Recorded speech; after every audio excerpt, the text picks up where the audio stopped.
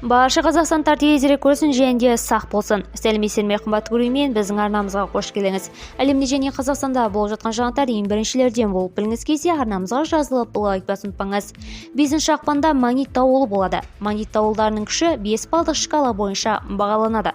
Астрономдар 5 ақпанда J1 магнит дауылы болады деп хабарлады. Ғарыштар зерттеулер институтының күн астрономиясы зертханасының сайтында ұсынылған кестеге сәйкес 5 ақпаннан кейін ұзақ тыныштық болып, 26 ақпанда шамалы ауытқулар болжанған.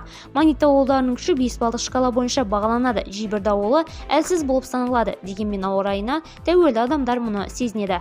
Созылмалы аурулары бар адамдардың жалпы денсаулығы нашарлауы мүмкін. Оларға өз денесін мұқият тыңдауға және қажет болған жағдайда тиісті көмек алуға кеңес береді. Бұрын 18 және 19 ақпанда магнит дауыл болады деп болжанса, қазір болжам өзгерді. Сарапшылар күн белсенділігін алдын ала болжау қиын болуы мүмкін дейді.